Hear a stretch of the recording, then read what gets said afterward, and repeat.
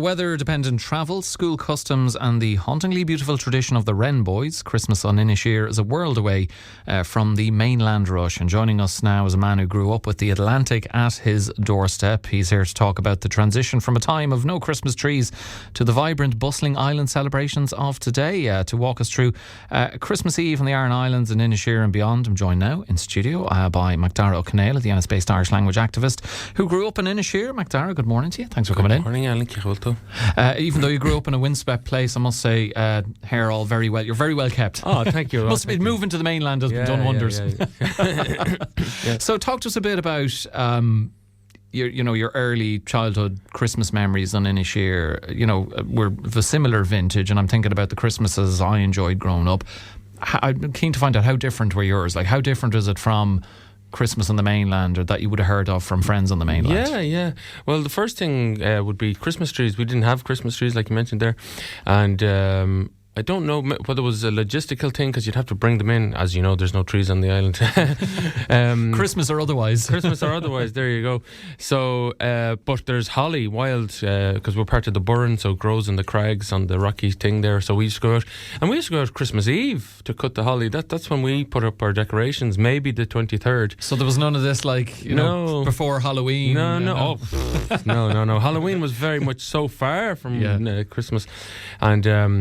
And so we'd go out and get the holly, put around the picture frames, and sure, we'd have other decorations around, but just not the tree. I remember one year we tried to make a tree from the holly. We had this frame and put and then mid-90s or whatever, trees started coming in, but all through my childhood there was no tree. I have an important question. I'm sure I'm not the only one thinking this.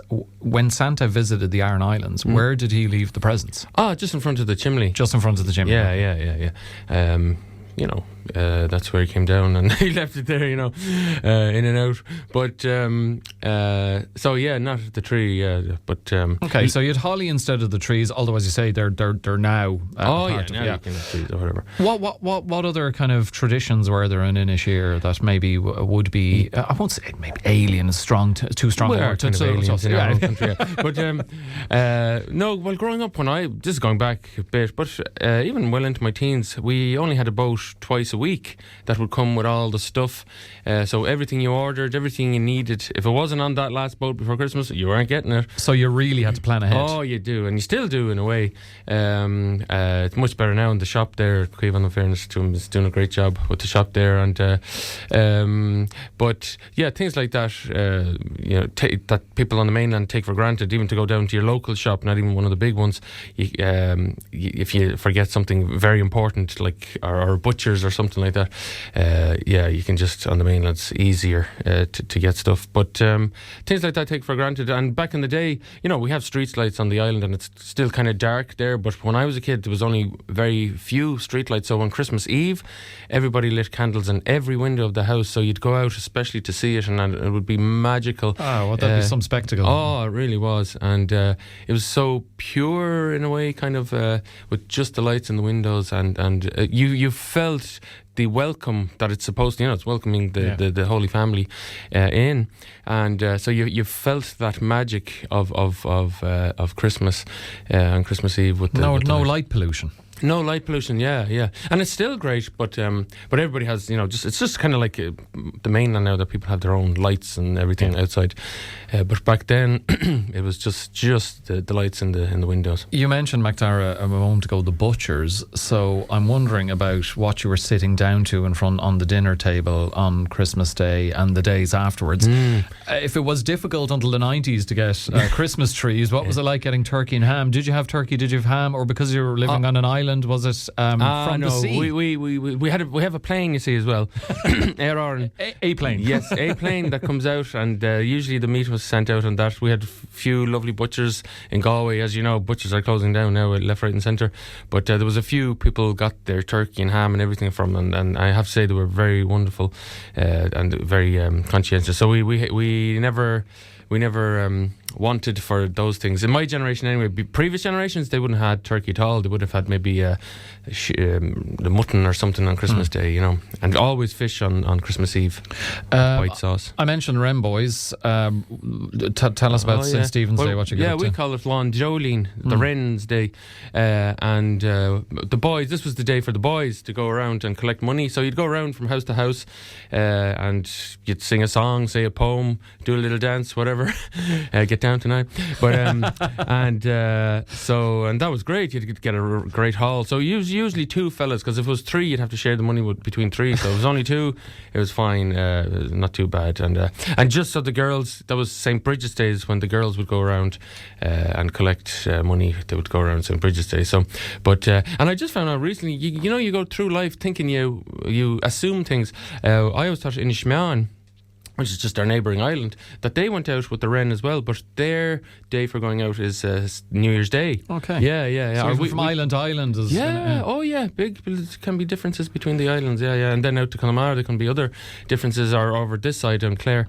And we call that Nullig Bug. Little Christmas is New Year's Day for us. I know for other people it's the 6th of January, but on the islands and out Connemara and the Gaeltacht, Nullig Bug is New Year's Day. I was just thinking, MacDara, before we play a lovely piece of music from you, that now you're living on the mainland and you have children, describing the Christmas you would have grown up with. It reminds me of a conversation I was having the other day with someone about how, my children will have lots of photos and videos of their childhood. Every step along the way they'll be able to see it, whereas the likes of ourselves, old fogies, you're looking at grainy old photos from back in the late 70s, early 80s, but for your children, you actually have footage to show them, because a young MacDara Ó Conaola starred in a piece that RT did where they visited Inis Oírr for a little documentary on what Christmas was like. I presume you've shown that to them many times. Oh yeah, they love it. Because it's the only thing. Do they love your haircut in it? Oh yeah. Oh, I was a trendsetter, I was the same. Oasis. Put the pudding bowl on the head and just chop around the edges. That's right. But they love it. Yeah. And it's great that they did it. And the guy who directed that was his first. It was the same guy who directed Father Ted. That was his first assignment. So it's funny that then Craigie Island and everything, which later in his career, that was a full circle for him. Very good. It's a lovely thing for them to have to watch, and for yourself, of course. Thank you. Tell us a little bit about the piece we're going to hear some of now, Fado Fado. This is you on wonderful vocals, by the way. I didn't know you're such a great singer. Oh, stop. But that's all we do in the island. Singing is, in Clare there's singing, but music is very much the thing. Whereas on the Inis Oírr and the Aran Islands in general, singing is very much the main musical thing.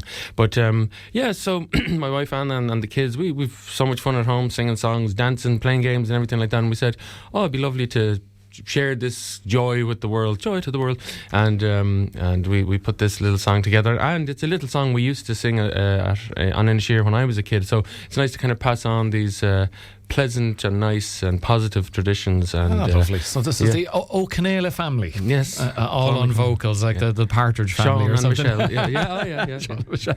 Okay, we're going to hear it now. Fado Fado. MacDara, thank you for the song, and thank you for giving us a little bit of insight into Christmas in Inis Oírr. Nullig. And if you're around Bunratty, I'm there the 1st to the 4th of January. So if you're still off school or whatever, come down and say hello. Brilliant stuff, MacDara. Thank you very much, and a happy Christmas and New Year too. Let's hear MacDara and family with Fado Fado.